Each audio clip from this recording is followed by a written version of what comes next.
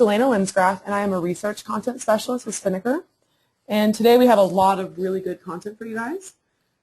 So to start off, our webinar will run for 45 minutes. And the topic for today is returns management tools and technologies. So leading our conversation is our expert Sharon Nelson and Andlor Technologies' Paul Rupnow. So to touch on logistics briefly, if you have any technical issues that come up, you can message me in the box that's located on the right-hand side of your screen, and I'll do my best to troubleshoot any issues you have during the webinar. So that's on the bottom right-hand of the screen where you see chat. And if time permits, at the end of our webinar, we'll have a Q&A. So if you can think of any questions for Paul and Sharon as we go through the content, you can also message me those questions at the bottom right-hand of your screen. And we will post the presentation to our LinkedIn group, the Returns Management Leadership Exchange, so make sure that you join. So before I introduce our panelists for today, I wanted to take a quick 30 seconds to tell you a little bit about Spinnaker. So we are a supply chain consulting firm specializing in technology enablement and execution services. And on our returns management side of the business, we offer both consulting services as well as full-on outsourcing of returns through our 8 service centers that are located across the U.S. So of course, if you have any questions after the webinar, we'll provide contact information to get in touch. And I promise you that's the last of the sales pitch that you'll hear today. So now to introduce you to Sharon and Paul. Sharon Nelson has over 20 years of executive and managerial leadership experience in manufacturing, distribution, logistics, IT, you name it, Sharon knows it. And at Spinnaker, Sharon is the vice president of our SAP practice. And here she's responsible for implementation and our change management services team. So now to bring you to Paul Rupnow. Paul Rupnow is the Reverse Logistics Association Software Solutions Chair, and he brings a wealth of experience in standalone software solutions. Right now, Paul is a partner with Andlor Logistics Systems, and he brings over 25 years of experience in business, and 14 of those years are in reverse logistics. So during our webinar today, Paul will present Andlor's proprietary reverse logistics management system, which is called Backtracks. So we are very, very lucky that this dynamic duo has joined us today, and we're sure to give you guys a lot of really good content. So now I'm going to hand it over to Paul to walk us through our agenda, and Paul is a director at Spinnaker for returns management. Paul?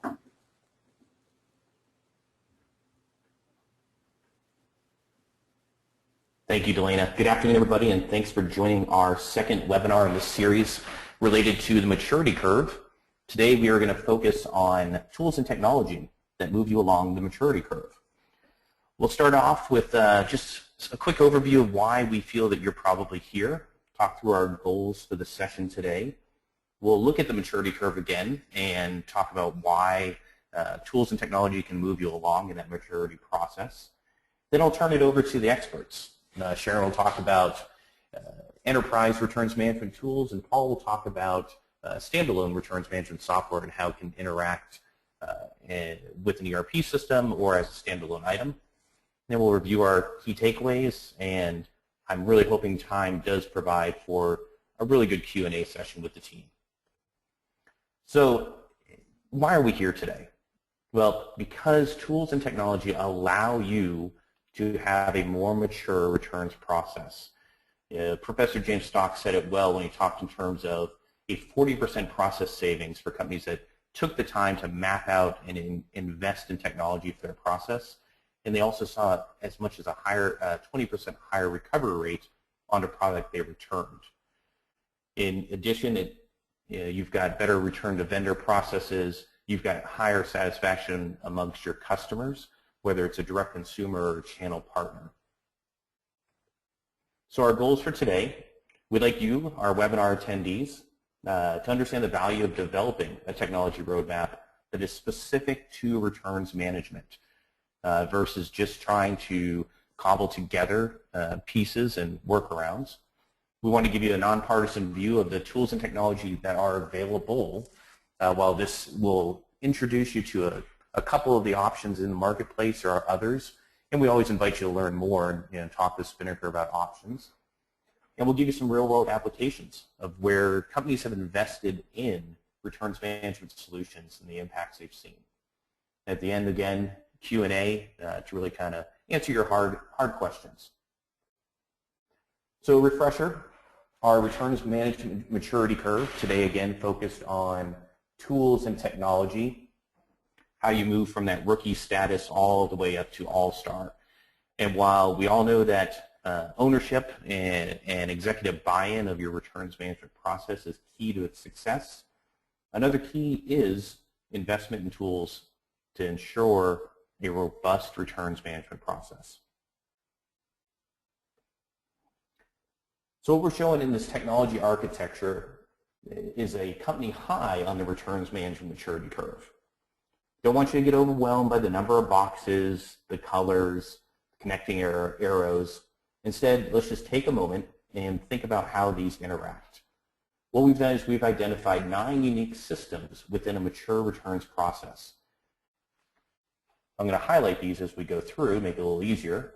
So we talk in terms of order capture, which could be your ERP or CRM, which is also typically bleeds into an order management, your inventory management system, global trade and compliance management, forecasting and inventory planning, all the different variations on reutilization for your product, your quality management system, product lifecycle management, your business intelligence and reporting, and finally your financial systems. As you can see, it all starts with the customer, either a direct consumer or, if you're a manufacturer, your channel partners.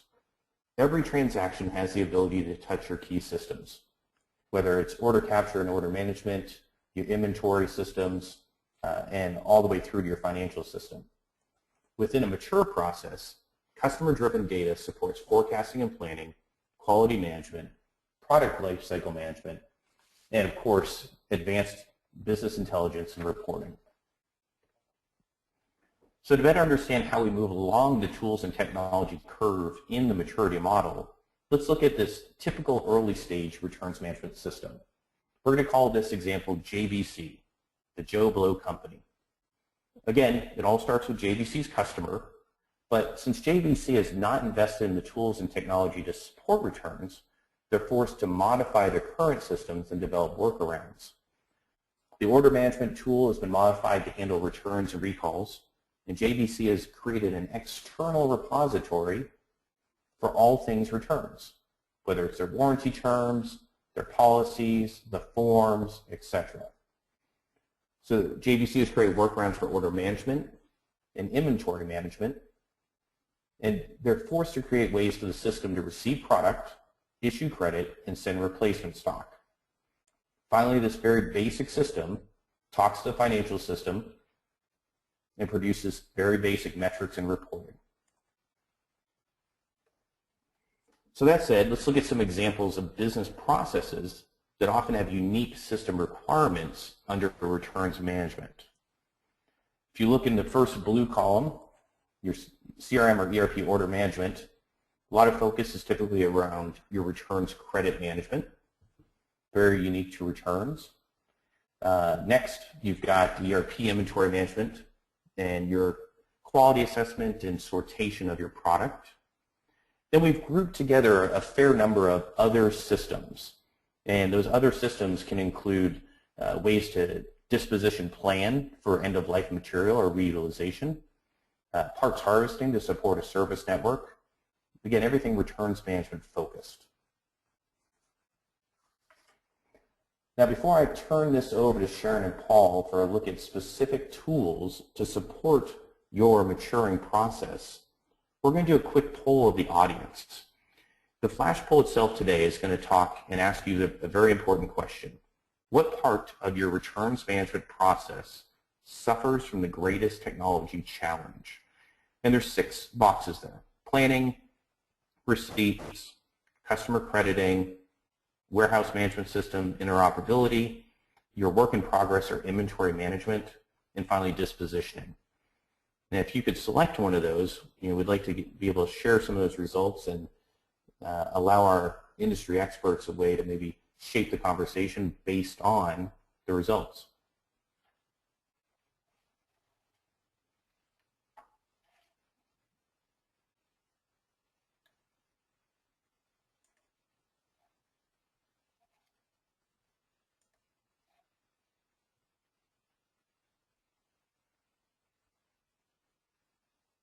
All right, so we have the results of the poll. It looks like planning and receipts are typically the greatest challenges from the audience when it comes to technology for returns management. So with that, I'm going to turn this over to Sharon Nelson. Again, Sharon's our VP in charge of our SAP practice at Spinnaker. And Sharon, good afternoon, and thanks for joining. Thank you. Well, in our first example, I'd like to walk through something which is a very basic example of a new product return. Now, the new product return could either be a configurable product, so something which is specifically designed for the customer, or it could be a standard off-the-shelf product. So in this example that we show here, what happens first is a customer calls in. Now, I want to make mention of a couple of things here. This process that we're showing you is designed at this point in time to work specifically with the capabilities of the core SAP solution. There are components that can be added, more or less bells and whistles, as your requirements become more comprehensive. For instance, in the example, we have a call from the customer. There are options, which are add-ons, which will allow us to use a portal solution to basically record requests from customers online, or track status, or provide status online. Okay, but that's something that's in addition to a standard capability. So in this first example, we're saying the customer calls in. The determination is made, is the product a standard material, something from stock? If yes, you can actually use the capability from SAP of a standard order type configured to process returns and set it up so that the customer information is associated back to the original sales order, and the sales order is placed in the system pending receipt of the goods. The delivery, which is something that is in SAP, required in order to process a return against the received material, is created, and we're set to wait for the goods to be returned. This is in a case where standard product. Once the goods are returned, the credit memo can be issued associated with the sales order and the original pricing. So it's a very basic process, one that can be done with standard capability. On the right-hand side of the chart, what you see is a case where the goods are configured to the specific customer. And in that case, you have to take a couple of extra steps. In this situation, you have to determine the specifics of the material, and is that material returnable for credit. If it is returnable for credit, there's going to have to be a process done in order to take action to collect costs against that specific product and then send it out. So if we move to our next page, in the example that we have there, what you'll see is a situation where we're showing the creation of a production order. So this is now when you're taking the configurable goods, so it's something for the customer. You're not going to be able to do anything with it. So either you disposition it or throw it away or create new, but in either case, you need to record the costs associated with what you're going to do. So the system can actually set up a production order associated with that sales order. You can collect the costs. You can identify new pricing requirements and move the goods to stock specific to that customer if you were to so choose. So moving on to more specifics around the cost for rework. And now we're talking about one of our choices is to take the goods and put it in stock and hold it for the customer, or we can put it in stock and then ship it out to the customer and use a process that is created also specific to the system where you have a capability to use pricing that comes from your specific pricing records for the customer. So this is basically something you can do for the rework and return to stock. And what we have here on our next example is one where it's very specific to a business where they remanufacture goods. So in this case, what happens with the customer is their sales team receives information that the customer has an assortment of goods. So if you go back to our maturity matrix, one of the things we talked about is the fact that most mature businesses have a need to be able to process multiples of returns, not just one specific return at a time. So what this business elected to do was to create a process where they would receive the goods and create an alert and a record of the sales order that these things are coming back. So the process would begin by setting that up. The sales team would record that in the system, and then the goods would be brought back to the location, either by the customer sending them or the salesperson making some other arrangement. Once that was done, the goods would actually be opened and sorted. And because these goods were ones where they were special processing requirements for the customer, so special orders, they had to be reviewed to see if they were returnable. So there was a requirement to pull up the information relative to the original order and establish a new order and confirm that the goods received actually were those expected. And once that was done, an actual pricing discussion occurred with the customer, and the process began to say, okay, now we have a confirmation, we have so many goods of so many types returned. Now we'll start the data collection process for work orders, for costing, for materials and labor, okay? And then collect this. Once it's done, discuss that with the customer, confirm pricing, because in this case it would be an arrangement which was specific to what it costs to do the work, so it's not cost plus, so it's very configured pricing for the customer. Once the goods are done, they would be then priced and sent out to the customer. As in the other cases, going to the final step on the remanufacturing, these goods could be completed and stored, although the sales order may be issued for pricing. So what we've talked about here is a standard order process. We've talked about a custom refurbishment process. We've talked about being able to record inventory in and out, cost for materials and labor, and do something where storage can be specific to a customer or no, and also the work could be done off-site. So summarizing this, and this is all done with the standard ECC solution in SAP, we're able to take an order, process a credit, do inventory updates, rework, return for credit, remanufacture, do special pricing and invoicing, track it to the original customer order, and have the option to store and hold until the customer is ready to receive them.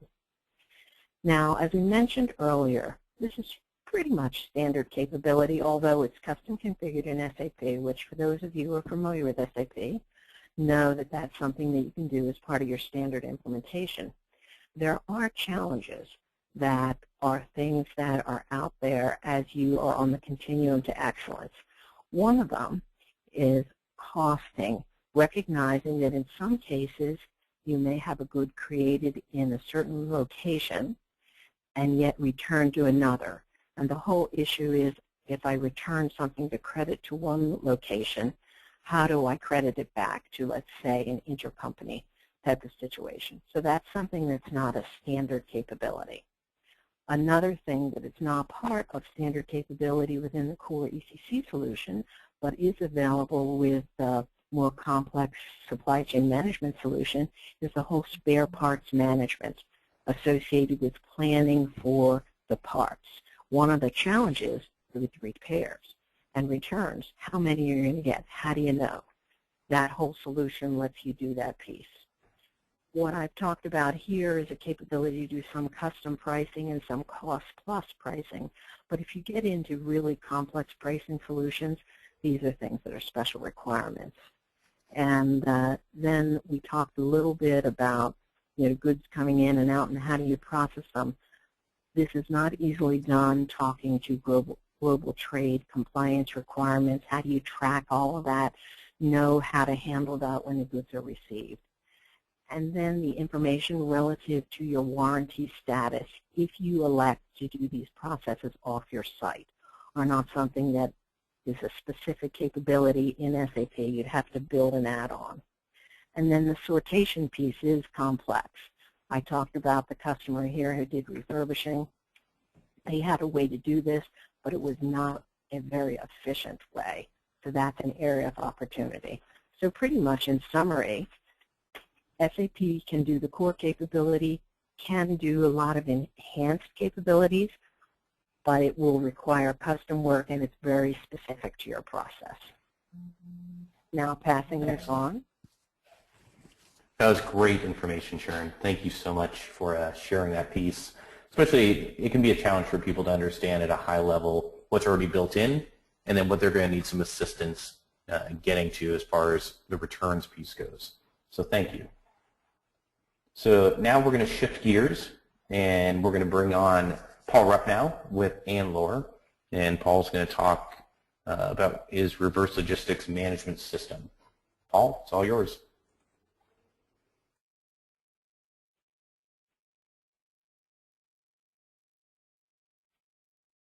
Thanks, Paul. So in the case we just looked at, we have SAP and some of the built-in functionality that's there. So, but in some cases, there's going to be gaps in your existing systems, whether it be SAP or another ERP or even just a financial system that you're using. So you want something that's a little more specialized. So why do you want something specialized? Probably because you've got high volumes of returns and you want to automate that processing. So, so then in that case, you can look to a special solution that really focuses in on handling the returns. So, what you're probably looking at in terms of handling returns, your goals are going to be probably one of four things. One is to recapture value on those returned assets. The second goal would be to improve your customer service, either with your end users with warranty returns or with your channel returns with companies like Walmart. Third, you want to make your processing as smooth and easy as possible.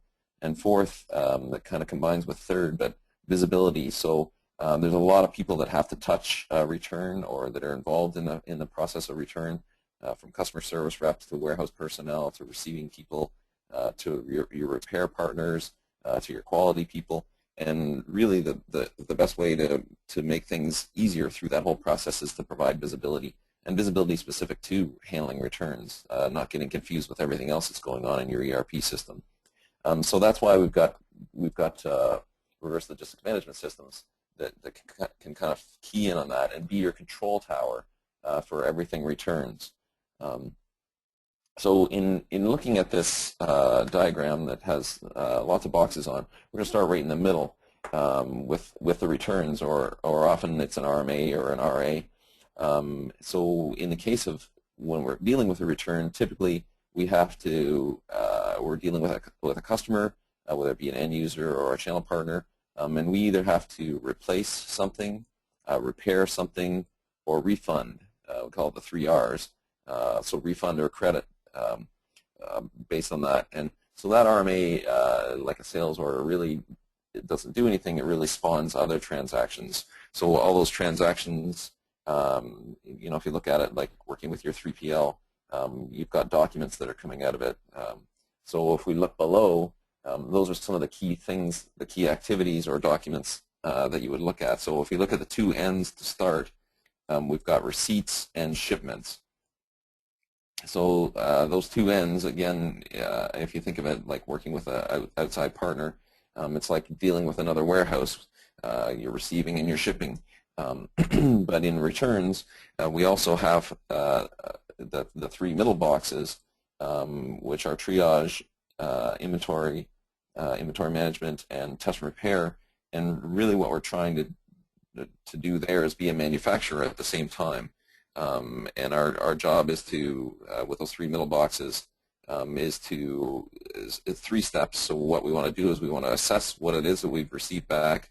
We want to convert what we received back, and then we want to disposition or sell it or recapture some kind of the highest value as possible from that return, from those returned assets.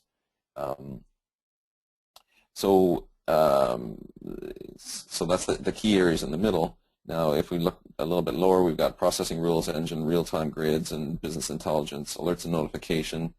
So this is where our control part comes in. So so with all those transactions above, somehow we want to manage those and manage them better. So especially in the area of disposition, receiving and disposition are kind of one transaction together, or we try to automate them to be one transaction together.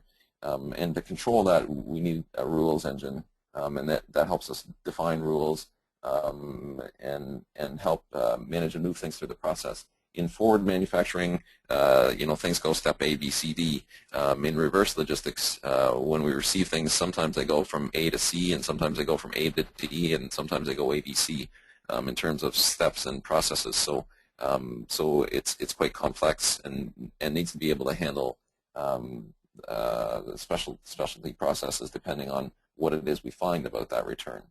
And that's where, so in those lower boxes, that's where our planning comes in as well, with our analysis and grids. Hopefully in planning, we've got information that's coming in ahead of time on our RMAs or our returns, and we can start to develop a plan, and we use history as well with our business intelligence to develop the plans as well. So and then the other two parts on the left side, sometimes one of our big challenges in handling returns is customer service. So you may optionally need a component like a portal for your customers, so that they can create their own RMAs or manage their own RMAs and get status lookups, and be sending out things so that they can understand what it is that's going on with their return, especially in the case where we're replacing or repairing a unit. And then on the right side, again, because we've got so many people, we need to share the information that we're gathering within the system. So we need to be able to integrate with other systems, either with a direct integration APIs, or data exchanges, or web services. So we need to share that visibility with our ERP or with our partners. They might be repair partners or third-party logistics companies, even if one of our pieces of the puzzle is just to ship replacements. So the integration part is critical as well. Next slide, please. So in terms of integration, this is kind of tying both the pieces back with Paul Adamson's original diagram. So places. So when you've got a reverse logistics management system, it's really just a number of pieces that are meant to fill gaps. So you don't need to. Many of our customers or the people we work with don't necessarily need all the pieces. What they're looking for is specific gaps. So once we understand, what's important to your business or where the gaps are, then we can start to work with you to fill those gaps. And in the case above, so on the left side, there was a gap in dealing with the customer. So you can see the RLMS gray box at the top left beside the customer, and that so that in that case we're helping fill that gap. Next is the right beside order capture would be handling RMAs and managing RMAs. So one thing that ERP systems are very good at doing is dealing with transactions. But a second thing that they're often challenged with, especially when you have a specialty situation, is managing those transactions. And as we said before, an RMA has many pieces. So there's, as we said before, there's receipts, there's shipments, and there's test and repairs that are happening in addition to the triage and just managing the inventory. So being able to funnel that all back to an RMA so a customer can see what's happening with their RMA, whether they've got their credit yet, is sometimes a very is a great gap that people are often looking to fill. And then down near the bottom, obviously, as was said in the survey as well, a big challenge is receiving. So typically your receiving system is meant to receive truckloads and pallets of nice boxes. But when you start receiving truckloads and pallets of things that have to be pulled apart and have to be looked at individually as one unit at a time, then we need some better automation and some better ways to process those units. So in a way, we often look at that as like working with a 3PL partner. So we essentially set up a virtual warehouse, and within that warehouse, we're doing receiving and triage, and in a high volume or an automated environment. And then we also may be working with our repair partner. So we're bringing data in and out with that repair partner. And lastly, as we move across the bottom, we're looking for disposition management, and really part of that is inventory visibility. We want to quickly turn our inventory around to get maximum recovery, or get it back to return those products to our original vendors, or get them available for resale. So, so again, within our existing systems, what we're trying to do is fill gaps and provide visibility and control, and that allows us to really meet our key goals, which are typically to recapture higher value and provide better customer service at a lower cost. So if I can have the next slide, please. So if we quickly show two quick examples. So in this case, we've got a cell phone OEM, and they use the reverse logistics management system as a control tower. So, and really what they're trying to control is customer service, and they do that by, they want to make sure the customer is happy, and the customer is being issued RMAs when they're returning things, and the products are getting repaired. So those are, in this case, it's mostly end customers. And they have a repair partner that's doing all the repair work, so the repair partner is actually receiving the RMAs, repairing the RMAs, and shipping the RMAs to the end users. But really what they didn't have was a good way to manage that, and good visibility, and a good environment for the customers to have good customer service. So in this case, we start with a web portal, the web portal component, so the customers can self-serve.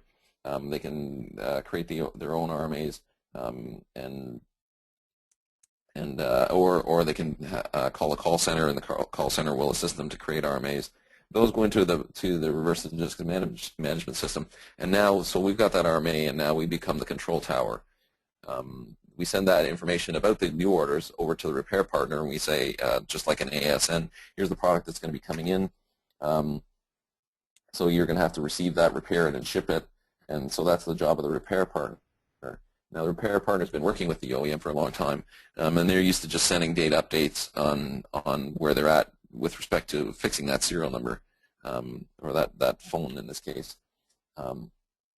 So they're sending updates a couple times a day. Sometimes it's got a receipt information. Sometimes there's repair information related to it. Sometimes there's shipment information. But really what we're lacking is visibility, especially to the customer. And without the visibility, we have no ability to control that. So what we do is we take data out of the ERP then, and that's related to that repair record that's coming from the repair partner, and we split that into an understanding of receipt data. So we'll create a receipt and repair data and ship data. So we can split that in and map that back to an RMA, and something that's easy to understand for the management team, so they can see where they're at with all the customers and with all the customer orders or RMAs.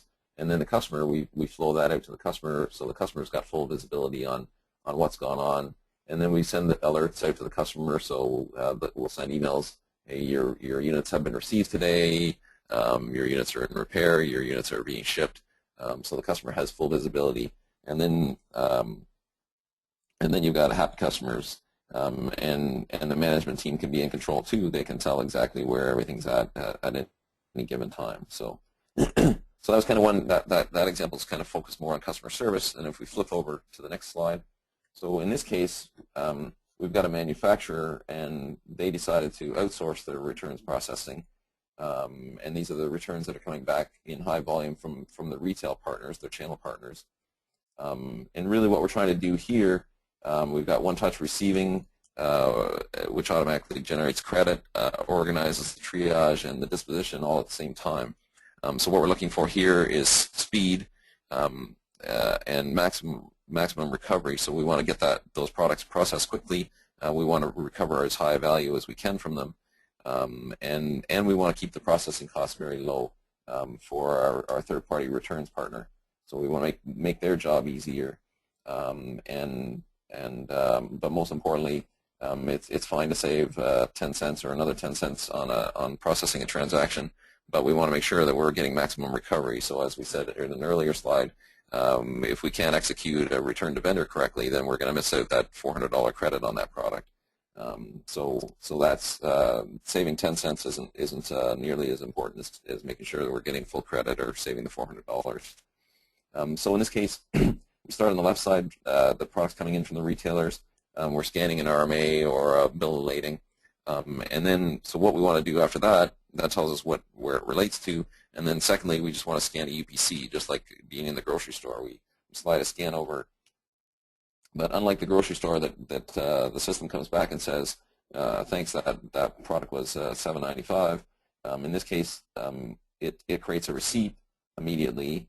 And secondly, it looks at a disposition rules engine that is managed by the business managers, and based on those business rules, it also tells the user where to put that product. So in some cases, some of the products may be we want to refurbish the product because it's just open box and just needs a new boxing. We may, for bulk, we want to resell it because it's a lower value product, for instance. Or it's a product maybe that needs to go straight to scrap, or in the case of with products that you're sending back because it's open box and it may be defective, we've got to deal with our manufacturing partner. So we may be returning it to a vendor, and that would be more the case if you're a retailer. So these are going to get consolidated within the system, and we won't dig into that too much today. But so here. We know how to receive it. We know how to disposition it. We tell the user where to put it away to immediately. And if we slide that transaction up to the top right corner, at the exact same time, we're creating a receipt that gets sent to the ERP system, which issues the credit back to, let's say, the returns came from Walmart or Costco. So those credits are validated now and verified. So within 5 seconds, we've got all three of those transactions that have happened. So we've received, we've dispositioned, and we've credited. So the manufacturer is quite happy about all that processing. So in summary, those are just a couple of quick examples of why you'd want to use a returns management system to speed your recovery and to increase your recapture and provide better customer service. That was all I had to cover for now. Thanks. Excellent. Paul, thank you so much. And obviously there's a lot of information to go through between both you and Sharon. In the interest of time, I'm going to push through these last little bits and then get on to a couple of questions that were posed. So first off, key takeaways for the attendees of the webinar today, and hopefully this was some good information for you. But really, I'm sure you all realize at this point that a mature returns management process must include a focused and precise methodology to introducing tools and technology into that returns process, right? Because you want to increase your velocity, you want to reduce complexity, you want to eliminate the human error, as you saw with the touch point that Paul was just talking about, with a simple one scan, rules engines to facilitate movement of product. So you got to develop a roadmap, you got to figure out where you want to get to, what the important parts are for your returns management process. Obviously there's both standalone and enterprise tools to help you mature your process. And again, it needs to be supported at all levels of the organization. A couple of block and tackle items, and then I'm going to ask the first question. We do have additional parts to this webinar series. The next one will be quality management systems in return centers. We'll be publishing the date for that. You can always learn more about returns management through the Leadership Exchange on LinkedIn. And this recorded version of this session will be available to the members of that group. Spinnaker is always here to help you out if you need some help with returns management. technology assessments and enablement. So Paul and Sharon, I'm going to address the question to both of you. Sharon, I'd like you to address it first, and then Paul, you can jump in. And as time permits, we'll get on to other questions as well. So the question is, if you could, Sharon first, please identify where you feel a company would want to utilize the solution you push forward versus Paul's solution. So an enterprise level versus the backtrack solution. Well, I think there are a couple cases. Sometimes a requirement for speed to execute may bring a company to a situation where they can more easily accomplish what they want to do without building a fully integrated suite. So doing it in a more best-of-breed approach. So that would be one case. A second case, and this I think is a more realistic case tied to very large enterprises, is a situation where there's a need in order to be able to see all of your customer-related information, status, processing for multiple business units relative to all types of returns, remanufacturing, etc. In many businesses, there's a heterogeneous system environment, so you may not be easily able to roll up to the customer. If you use an external solution, that's a very good way to do that. So I would say they're the two best cases. Excellent, thank you. And Paul Rupnow, would you like to jump in on that as well? Sure. A lot of it, when you're assessing your existing system, sometimes the cost to get some of the functionality that you're looking at from a manufacturer's perspective to get your ERP up to speed is prohibitive, and it's going to take significant amount of time. Oftentimes we find the resources that are available to the returns group are usually not on the first of the priority list in terms of updates and so forth, and costs. So, and it's secondly, it depends on the gap you're trying to fill. So sometimes we can fill the gap much quicker and more effectively than the ERP system. And thirdly, it also depends on who the player is. So oftentimes, many of our customers are actually the service providers, and so we're actually spending most of our time just communicating to the ERP system. And that way, it's nice and easy, like plugging in a 3PL to do your logistics. So really, what you're looking for is your third-party returns partner to have the tools that you need, and then on the ERP side, you're just getting the main transactions like a shipment and a receipt and a sale and what the disposition is. Excellent. Great information. There was one, it's a brief question, so I'll ask it before we run out of time. I want to respect everybody's time today. There's both of your, Paul Rupnow, your examples were more consumer electronics or technology product focused. Is your product geared more towards consumer electronics, or is it industry holistic, or agnostic? In handling a return, yeah, we try to be as agnostic as possible. So we've done lots of work in consumer electronics, but a lot of the manufacturing is very similar, similar processes in terms of handling returns. And then there's retail, and on the retail side, things are a little bit different because we need to plug into a point of sale, and we want the rules engine to be helping out at the point of sale level if there's not one existing, and then we help with the triage and the disposition after that. So not as strong on the retail side, but it's certainly an area that's getting much more emphasis these days, particularly with e-commerce. So we're pushing hard in that area right now. Perfect. So high tech, automotive, retail, really medical devices, really cross industry at that point. Yes. Good. I want to thank everyone for joining today. We are up against our timetable for this webinar. Special thanks to Sharon Nelson and Paul Rupnow for their insights. Again, all this information will be available to members of our LinkedIn group, the Returns Management Leadership Exchange. So we invite you to join, get others involved. Great sharing of data out there. Have a wonderful day, and we'll see you on the next webinar.